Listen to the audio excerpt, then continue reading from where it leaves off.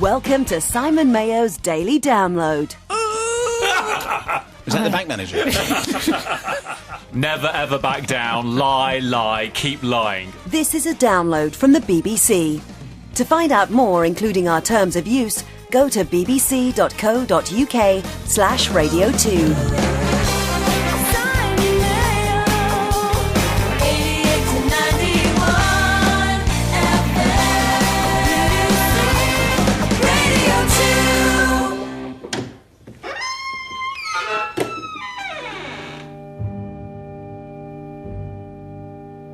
Hello and welcome to the first of our Confessions podcast. This week we heard from Emily in a DIY store debacle, Stephen, the Sheffield Coast Guard, Bill, who blew up the cheese, and Brian, a somewhat cack-handed projectionist. Here they come. See if you forgive.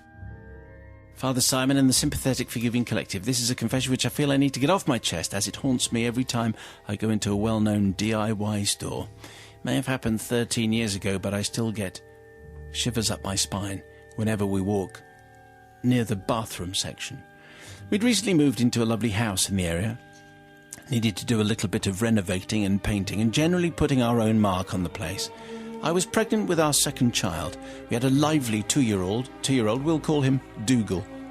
Not his real name, as he is now a strapping teenage lad, and he made me promise not to reveal this. All right. Who ideally needed to be toilet trained before the arrival of the baby. This was proving to be rather challenging, and we never went out without a change of underwear. You know what I'm saying. One afternoon we took the trip, as undoubtedly thousands of your listeners did over the weekend, to our local DIY megastore. On arrival at said store, I asked our son if he needed to visit the toilet, and we duly went to the conveniences, where nothing happened. We browsed around the aisles there, and we were trying to decide on the colours for our decorating and various wallpapers and paints. Sputum green or cigarette stain yellow, that kind of thing. I was finding it difficult to keep a tight rein on Dougal, who enjoyed running up and down the aisles whilst debating various colours and colour schemes. We suddenly heard a wee voice piping up from behind us. It was Dougal. Shall I do a 2-year-old voice? Yeah, do it, yeah. Mummy, Daddy, I've been a good boy. I went in the big boy's toilet. That's a very fluent 2-year-old. Sorry. Well, that's what my 2-year-old's always sounded like. Mine doesn't. What does your 2-year-old sound Pretty like? silent, actually. Right. Is there a problem there, do you think? Well, maybe. I don't know. Anyway, essentially, Dougal said, Mummy, Daddy, I've been a good boy. I went in the big boy's toilet. We both looked down at Dougal, thinking, well done, but how on earth did he get to the loo and back? Had we been that engrossed in choosing paint colours? And then it dawned on me. We were standing adjacent to the bathroom displays, and I asked Dougal to show us where exactly he'd done his business. He promptly led us to the nearest display toilet, lifted the lid, and there was all the evidence we needed, shown off by my very proud Dougal. Of course, we were torn. We had to praise the performance of our little darling, but also realised that the display loo, not plumbed in, obviously, with its incriminating contents, would soon be discovered. So we did what any responsible parent would do in that situation. We made a hasty retreat and escaped the store without saying anything, as we were far too embarrassed. Father Simon, we need to beg forgiveness from the store staff, who I am sure eventually discovered the little surprise package, and to any suspecting customers browsing the store, checking the new cisterns and pans, whilst we were totally unaware of our little darling performing. I was reminded of this incident recently when looking round the bathroom displays in a different store and noticed that they now have hard plastic covers over the toilet bowls to avoid this very kind of incident, I suspect. We have had these stories before, and this is clearly something that used to happen quite a lot. You used to get people, and they take their kids, they go, they're not being paid attention to, and they find the nearest one that they can. And hey presto, I bet it's the least convenient area of the DIY store. Thank you, Emily, for your tale. It's a very good one. I like that one. So now we go to very attractive, always endearing, but sometimes very unforgiving Sister Rebecca. Well, I think that it's better that Dougal did it in the loo than on the floor, actually, because, you know, at least it wasn't trodden on by anyone and didn't upset any of the customers. Do you not think that Emily should at least have said, I'm very sorry, I do. Maybe we should I do, actually. I think if it had been me, I would have said something and tried to make a joke out of it, I think. And then I wouldn't have felt guilty afterwards, and I would have had to ask for forgiveness. So I think... Oh, I don't know. It's not your fault, Emily. On the other hand, I think I would have said something. So, yes, I'm not going to forgive There you the go. fact See, I knew that. I knew you wouldn't. I knew you wouldn't. Mother Superior. Well, actually, I've been here. I once went Recently? No. No, I haven't Just been last there. weekend, I was at B&Q.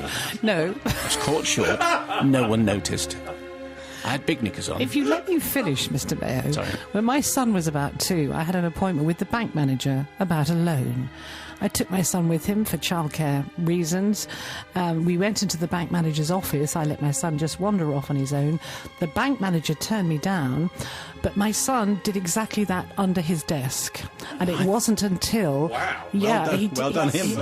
Yeah. Absolutely. And During the negotiations. Yes, I suddenly heard... Was that the bank manager? Maybe the bank manager did notice, and that's why he turned the loan down. Yeah. The two were probably connected. So I have some sympathy with this. You can't, monitor them all the time. I didn't say anything. I thought, well, you're not going to give me the money. I'm just going to leave it there, and I left. And so I have some sympathy with their position. So as far as I'm concerned, you're utterly forgiven. We're not, by the way, looking for further number 1 or number 2 based confessions. Why not? I think that's a secret of a great confession. DIY stores and bank managers and asking for loans, that'll do. Anyway, finally, here comes Brother Matthew. This must happen all the time. I'd always considered that those things were just an invitation, of something is bound to happen, frankly. And that's why they now have those plastic covers. So perhaps Emily's son was instrumental in that progress. Common sense approach being taken by B&Q stroke home base stroke whoever it was. Yes, forgiven. This is the way progress happens. It is, by little children, Small children. Going to the loo.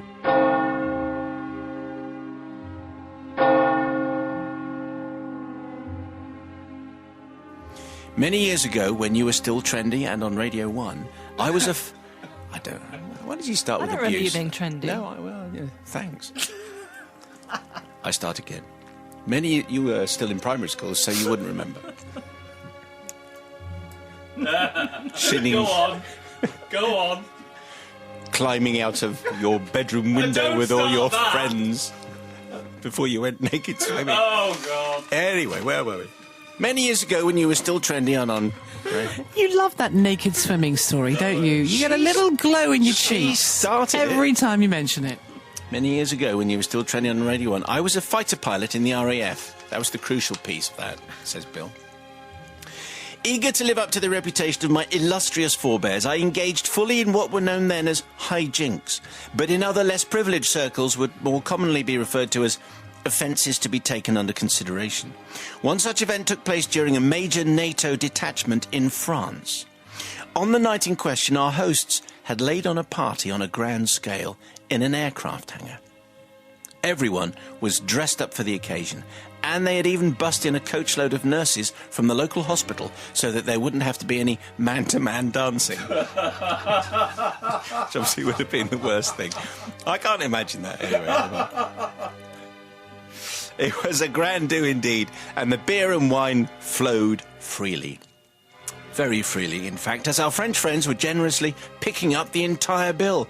Each table groaned under the weight of a cold buffet of the kind that only a country of gastronomes could imagine, with the centrepiece of each table being a huge, cold, poached pike. After a period of imbibing, my navigator, a man of equally high spirits, produced a box of crow scarers. Now, these, for the uninitiated, are small but very powerful and very loud bangers, which have an approximate 5-second fuse. He suggested that we put them to good use. Now, anyone can throw a banger, although I'd strongly suggest that they don't do that ever. I think that's clear. Where was I? Anyway, my navigator and I were of a more inventive ilk. Eyeing the resplendent buffets all around us, I wondered what effect these small WMDs would have on a large freshwater fish. Very foolish of me, I know. Sneaking up to my nearby table, I surreptitiously slipped a lit crow scarer into the pike's mouth. My word, what fun. Never has a fish's head been more liberally distributed and in such fine quantities. There followed a series of muffled bangs, followed by shrieks and a general hint of eau de pike. We were in hijinks heaven. However, our displays were now getting some unwanted attention, and the supply of fish was dwindling. Not surprising, really, as we were blowing them up. I felt a grand gesture was needed before we were caught and kicked out. Closer inspection revealed that each table also had a splendid cheese board, you see the theme of tonight's programme, containing, among other delights, a large whole brie. Not your UK standard EU-conforming refrigerated nonsense, but a nice, ripe and soft version. I know you know where we're heading. In a flash of inspiration, I picked one up, carved a small hole through the centre, inserted a crow scarer, lit the fuse, counted to 2, and lobbed it high over the crowded dance floor. The result exceeded my wildest dreams. It was a perfect airburst, exploding about 3 feet above the oblivious dancers. It was as though every gull in Brittany had decided to come together for a bout of mass incontinence. When the dust settled, there wasn't a single dancer who hadn't been blessed with a small, cheesy reminder of the night's events, and I beat a hasty retreat to a dark corner and flew home very early the next day, just ahead of the lynch mob. I now know, Father Simon, that this was indeed a very... Sorry, wrong voice. I now know that this was a very stupid thing to do, and I wouldn't encourage anyone else to do it. So I come to the point where I must ask for your forgiveness, not for those partygoers whose evening I spoiled, or enriched, depending on your viewpoint. They were French, after all, and must surely by now have become used to disappointment. Oh, superb. No, I seek forgiveness for all the extra work that the local dry cleaners must have suffered in their attempts to remove a strange embedded mixture of fish and cheese from the locals' finery. I throw myself on your collective mercy.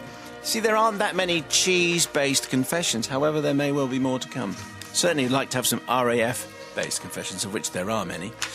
Bill, thank you very much indeed. An exploding brie, courtesy of your nicely planted crow scarer. What do you think, Sister Rebecca? Well, exploding brie, exploding bits of pike. I mean, could have taken out an eye, really. Exploding brie. What, What a if bit the of fish? With a bit of fish bone coming at you at high speed. Might what have about, been deboned. I doubt it. Boneless pike, might have been. They've got lots of bones, haven't they? Anyway, what if the brie hadn't actually exploded and it just landed on someone's head?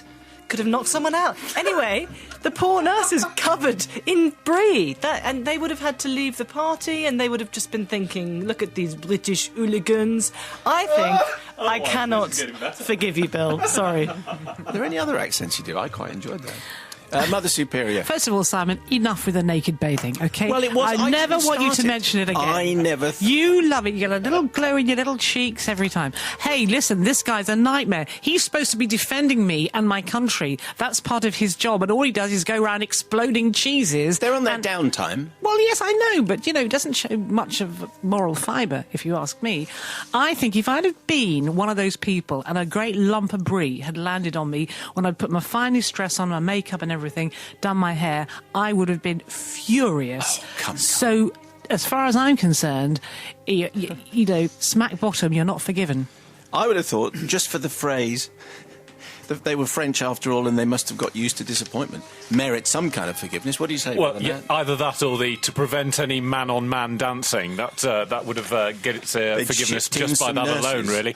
I feel that I at this point should confess myself that me and a former sports presenter of this parish, whose name doesn't sound too dissimilar to Flonny Blaunders, once got into a lot of trouble. All right, Johnny. That's a good job. At a sport Christmas do for doing something not totally dissimilar. Doing what? I'm not going to tell you exactly, but it was not too far. Explosives? It wasn't explosive. We didn't use explosives. No explosives were used, but people were covered in stuff. And boys, I know. boys. And so because of that, I can definitely forgive, because, you know, if I don't forgive, then I can't be forgiven. So I am forgiven.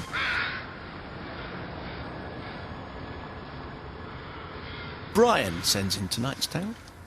Father Simon, the All-Forgiving Collective. My confession dates back to the early 90s when I was involved with an independent cinema collective in a small town in Bavaria, Germany, where we had 5 screenings of a cult film by a famous director. I wasn't on projectionist duty for that week, but I wanted to see the film, which I'd only seen on TV before, once late at night. So I went on day 4 and said hello to my mate on day duty, got myself a beer and sat down in my usual seat in the back of the moderately crowded cinema. The film started as it should, the titles rolled, and the first 20 minutes or so were business as usual. Then the plot started to veer off in an unusual direction. I thought to myself, this is a strange version of the film, and I didn't do anything. Only a minute or two later, my colleague came in, grabbed me by the sleeve and whispered, could you come out for a second? And we both went to the cinema foyer. He was as white as a sheet. Now comes a technical explanation. Fear not, Sister Rebecca, I'll make it as short as possible, says Brian. Why he singles you out? Don't know why he singles you out, but that's what he says. A traditional 35... You might want to take notes, actually, Mother Zibira. It's very clear, actually, in his explanation. A traditional 35mm cinema film arrives at the cinema not all in one piece, but usually in 5 small reels of about 20 minutes each, as these can then be stacked and transported in a box like a very heavy hat box. To distinguish the different parts of the film from each other, each reel has another colour-coded piece of film taped to the beginning and the end, which gets taken off when the film gets assembled and then glued back on again to transport to the next venue. So they too know which part of the film is which, even if a reel ends up accidentally in the wrong box. Okay? Okay. Cool. Only on this occasion somebody had made a big mistake. Either our assembler or the guy who took the film apart at the last screening had confused reel 2 with reel 3. So the bits nearer the end of the film were now running before the bits at the beginning, if you see what I mean. My colleague looked at me, slightly senior and a year or so more experienced in the cinema business. What shall we do? Should we stop the film and apologise and give them their money back? Well, I thought for a bit, and money back clearly wasn't an option. Well, no one's complaining, I said, and after all, they are getting the whole film, but it's just not in the right order, so we should leave it as it is, really. So I went back to my spot and was watching for any developing unrest. Well, thank heavens the end credits were in the right place, but in between was all jumbled up completely. All the characters do the right things, but just not at the right time. As the film ended, I went to join my colleague at the box office for mutual support, just in case of any complaints or questions. Well, there weren't any. Some people looked a bit puzzled when they went out, but that was normal with our kind of film selection, so nothing too unusual. Everybody had left. It was now midnight. Taking the film apart and rearranging it would have needed probably 2 to 3 hours for 2 inexperienced people, and I looked at my colleague and said, well, look, no one complained today, and nobody complained in the last 3 screenings either, so, should we just leave it? Tomorrow will be okay too. I think we should just go home and leave it as it is. So that's what we did. We went home and I phoned our assembling guy to take care of the problem when the film was due to be sent off to the next venue. Nobody complained at screening number 5 either. Some of the colleagues had noticed, but like us had chosen to ignore the problem. So our deepest heartfelt apologies go to our lovely customers who probably still think that the film in question is a lot more confusing than it actually is. Now, most cinemas have reached the digital age. It can't happen anyway, and you're safe. So our special apologies have to go to film director David Cronenberg, whose masterpiece Videodrome was the film in question. In our version, naughty girlfriend Nikki ends up auditioning for a show in Pittsburgh that clearly she doesn't know exists. And they search for a character who doesn't exist in a show that no one knows about. That's how confusing it was. I'm looking forward to David Cronenberg's new film, but hopefully in the right order. Please forgive me, Brian, the cack-handed projectionist. Although it wasn't really his fault, he clearly decided just to do nothing about it. Videodrome is maybe one of the films, it doesn't matter what order you see it in. Well, you could say the same for pretty much most David Cronenberg films. What was that film he did that's been said to be the most confusing film ever? Pretty much. You should know this, Simon. Anyway, well, you've just made up a quote. Lots of them. Yeah, there's lots of them. I don't think it really matters with films like this. I mean, all art films, Art films. I mean, what's wrong with a good, Jean-Claude Art Van Damme films. film, for goodness sake, where it does matter what sequence everything is. Yes, I mean, I that's bet it was that's in proper black film. and white. Yeah, exactly. A good old Schwarzenegger film or something. I think it was obviously an art movie house with art films They in were black and probably white, drinking- and it didn't matter, and no one noticed. And so, Brian, you're completely forgiven. Oh, no, that's... Pardon? It wasn't me, honestly. Anyway, yeah, because they were probably eating homemade flapjack and Polo necks, you know the lot. freshly I was gonna brewed say. coffee and other left-wing things. Well, the kind of...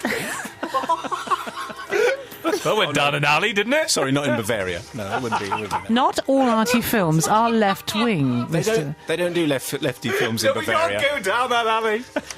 I was going to say, the implication behind this confession is that they were so silly and stupid in Bavaria that they never noticed, because it had happened all week. I think probably no one wanted to just say, did that make sense? Do you think so? I don't don't know. It's one of the most bizarre little confessions I think we've had. I did find it hard to believe that everyone would sit there just assuming that this was the normal film, even though this man is... What else has he made? Do I know this man? I'm not sure. He did Crash, he did... History of Violence? History of Violence is very Great good. film. Eastern Promise, very good. I haven't seen any of those. so I Dangerous Method, very dull. Yeah, Really? that's his current film, Dangerous Method. Really? Awful. Is it Keira dull? Knightley, Big Jaw. Boring. Oh, Gosh, dear. I'm awfully glad. He's probably thrilled that we brought Viggo him up. Mortensen's great in it, though. Really? Anyway, moving on. Anyway, yes, I'm glad I haven't seen any, really. So I, not knowing him as an artiste, I don't know. I think you're forgiven, because it really wasn't your fault.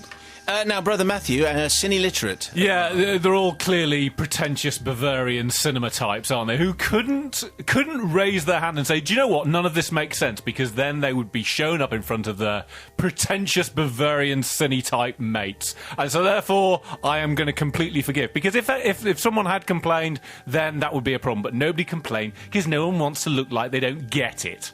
Well, tough. You know Bavarian stereotypes? We went to the World Cup in Germany. Oh, careful, right. Out of the hotel in Munich, the very, very first person I see is wearing lederhosen and eating a sausage. And did For he have a breakfast. hat with a feather in it? Yeah, Yeah. he did. Absolutely. Slap his thigh. Well, he didn't slap his thigh. Yeah. You did. Hey! Stephen writes, hello to all the Confessions team, and even more so to the delectable-sounding Rebecca. How about that? No. So, what have you know? Hello. Oh, that sounded convinced, didn't it? Delectable. It was the summer of 2006 when I took my then 5-year-old grandson away on holiday for the first time. It was a delightful week. The first few days were just Grandad, Grandma and grandson in complete and happy unison. The sun was shining, the temperature was warm, the days were long and glorious. We were on the Norfolk coast and spent most of the time during the first few days on the beach. My grandson was intrigued by the wind farm that was situated just off the coast and spent many fruitless hours during the day trying to convince me to use our inflatable dinghy to paddle out there and have a good look around what he called the windmills. Later that week, his parents arrived, and just as it was going dusk, I asked my grandson if he fancied a walk on the beach to see what treasure we could find. So off we went. It was about a 10-minute walk to the beach, and when we got there, dusk was fast approaching, and a sea mist had descended off the coastline. To my grandson's astonishment, he couldn't see the windmills. He was utterly perplexed. An excited cry came from him. "Grandad, the windmills have gone." I looked and pretended to be astounded. However, the question kept coming. "What's happened to the windmills, Grandad?" Now, this being the type of grandson who thinks his granddad knows everything, he wouldn't let the questioning go. And me being the type of granddad who likes to think he knows everything, and likes a wind-up, gave the answer, well, at night, the windmills go under the sea. I went on to say that I was a member of the Sheffield Coast Guard Society, and that I was sworn to secrecy. However, it was something to do with keeping them clean. Well, he was chuffed and swallowed it hook, line and sinker. All the way up the beach, his eyes kept glancing out to sea to see whether he could catch a glimpse. His questioning was intense, so to placate him a little more, I said that it also helped the ships because at night they couldn't see the windmills, so they went under the sea so that the sailors wouldn't bump into them. Well, he was delighted with all this, and you could see he wanted to tell the world. However, I gave him a little lecture that it was top secret. Only I knew about it, and he couldn't tell anyone, or my place in the Sheffield Coast Guard Society would be in danger. So we got back to our accommodation, and he was trying his best not to tell anyone what new secret he'd found. Bedtime came, and I thought that was going to be it, and in the morning it all would be forgotten. Well, no chance. I got up the next morning, and my grandson was in the middle of telling his mother our secret. Thinking my status of being the granddad who knows everything was blown, I was astounded to realise that his mother, my daughter-in-law, completely believed the story. Well, what could I do, says Stephen. I gave them a stern look and advised them that I was going to have to report them to the local Coast Guard, as they had breached my security clearance by discussing the windmills. I dialed a pretend number and asked for the Coast Guard commander, and a one-way conversation started. I gave my serial number, which happened to be my grandson's birthday, but they didn't work that one out. And I said, yeah, I know I shouldn't. Yeah, I know we're in... Yeah. You're going to decide what to do with my grandson? Yeah. Okay. I hung up, and I explained to the very quiet pair that the Coast Guards were now going to have a meeting to decide what to do. Makes the Coast Guard sound like a secret society. Now, this is the astonishing bit. By complete and utter chance, literally within 5 minutes of the pretend phone conversation, a Coast Guard Land Rover actually pulled up outside where we were. My daughter saw it first and shouted, "Oh no, they're here!" "Hide!" I shouted, and they both dived under the table. I have never seen anyone move so fast. The two Coast Guards were just sitting in their vehicle and talking on a radio to someone. You could hear the radio but not tell what they were saying, so I took charge of the situation. "You stay here, don't move, stay under the table, I'll sort it out." I went outside and stood by their vehicle. I didn't speak to the Coast Guards, but I positioned myself so that if my grandson and daughter-in-law had looked through the window, it would have looked as though I was talking to them. After about 5 minutes, the Coast Guards went on their way, never to be seen again. I went back inside, and my grandson and daughter-in-law still under the table. I explained that I'd spoken to the commander from the local Coast Guard station. He had personally come down, very disappointed. I said it was a misunderstanding and that no real harm was done. The holiday passed without further incident, and my grandson and daughter-in-law never mentioned it again. Until last week. My grandson is now 11, and he had to write an essay for school, and they had been studying the environment. The subject of the essay is, should power stations be developed instead of using the Earth's energy to produce energy needs? Blimey, at 11. How about that? He came and saw me 2 days ago and asked whether he could put in what I had told him about windmills at sea going underwater. He and his mother still believe to this day that what I told them that fateful summer is true. Can I ask the collective for forgiveness from my grandson and daughter-in-law for not being entirely truthful about windmills' nighttime abilities and for lying about my involvement in the Sheffield Coast Guard Society? I also need advice from the collective as to whether I should come clean and say perhaps that there may not have been a Coast Guard incident on the holiday and that windmills actually don't go underwater at all, but that would expose me to my grandson as he still believes that everything I say is true. What should I do? So what he needs is two things. He wants forgiveness or no, and advice as to what he should do next. Sister Rebecca, it's down to you first. This is very like the story about the woman who rings Just the like police, isn't it? yeah, The panda car turns up. Turned up. I can't really believe he carried on the wind-up when once he'd realised that his daughter-in-law actually believed the story, and I can't actually believe she believed it and hid under the table. Can I just say, daughter-in-law, not very bright. Clearly. No. Under the table as well, hiding from the Coast Guard. I think the clue, Sheffield Coast Guard. Yeah, not a lot of Coast Guard. No. I think that once you realise that someone is believing something clearly isn't true, you should stop winding them up. I think it's a bit mean, actually, if they're that gullible. Oh. So I think you should have told them at that point, and so, Stephen, sorry, you're not forgiven. Not forgiven. Harsh but fair, maybe. What do you think? I think that's very fair. Because I started out listening to this and thinking, oh, this is really sweet. Grandad is kind of inventing a little fantasy for a little boy. And that was lovely. But actually, the story went on, and boy, was it a long story. I think one of the longest we've ever had. That wasn't a criticism, Simon. Carry on. But I thought as the story went on, it got more and more complicated and devious and rather silly. Why didn't he just step in at some point and say, sorry, it was just a little fantasy of mine? And then to actually scare the child by going onto the phone and saying the Coast Guard is there and yes, you'll sort out what you do to my grandchild. I just think he took it much too far. So you're not forgiven, and my advice to you would be just fess up and let it all rest. Otherwise it's going to be a very interesting essay that he's going to write. What say you, Brother Matt? My maxim in life tends to be, if you're going to lie, then at least keep lying. Never, ever back down. Lie, keep lying. So, well done, Isaac. Are you listening, Jack? This is what your dad is saying. And frankly, if the daughter-in-law is so, let's say it, thick as to think that windmills go under the water at night, then well, what's ships coming might to it? bump into them. Well, yes, I'm going to say keep lying. Nothing wrong with that. And he'll at some point he'll mention it to one of his mates, and his mates will go, "What?" And it'll all be over. So be fine.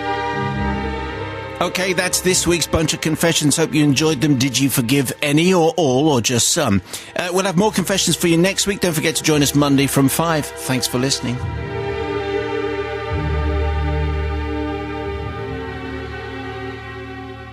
For more confessions, visit our show pages at the Radio 2 website.